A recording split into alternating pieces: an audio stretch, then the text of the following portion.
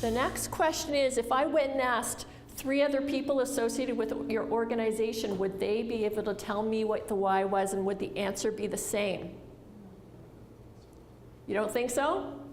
Yeah, that's pretty usual in a lot of organizations. And can you see what the problem might be in your organization if not everybody has on the same page about what your why is? The company's mission isn't properly communicated to the employees. Right. Yeah. So you just said the communication word, right? So it starts with communication, but actually if you're not on the same page about why you're even here, why your why is, or what your why is, you're going to start messaging to your customer in a confusing way. And so you can see that it starts affecting business externally, but it also affects you internally. So being clear on your why and having everybody clear on the same answer to the why question is important. Now your how are your values or your guiding principles, okay? And they really define the way you bring your mission to life. So your mission could be, to improve the lives of women everywhere, but how you go and do that is governed by your values. So values, that's really what values are all about, is to start putting some behavior in place in your organization that supports your why. Okay? Your value proposition is the promise you make to your customers or your stakeholders.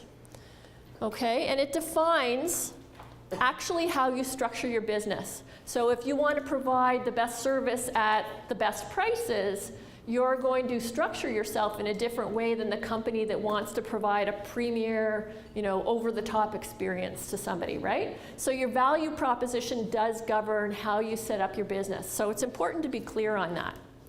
And it turns out that there are really, at the end of the day, 3 value propositions companies can have. Okay, the first one is low-cost leader. So who would be an example of a company that's organized about being a low-cost leader? Walmart. Look at that. You guys. Costco. Yeah, Costco. Target. Who? Okay. All right, another one is product and service innovation leader or leadership. Who would be an example of that? Apple. Mercedes, okay. Who? Rogers. Okay, so Apple tends to be the one that people think about. It's debatable about whether they're keeping their edge. Unfortunately, I live in Waterloo. RIM used to be a leader, but not so much anymore. But those are some examples. And then how about customer or stakeholder intimacy, where you're their best friend? Can you think of an example who's a company that's got that value proposition? TD, okay, yeah, I know. I don't know about you, but I'm finding every time I go in there, they're thanking me for coming in. So they're McDonald's. Yeah, McDonald's is interesting. McDonald's is going through some interesting transition right now. I would still say that they're probably operational excellence, but they're doing something different, and so I don't know where they're going to end up landing.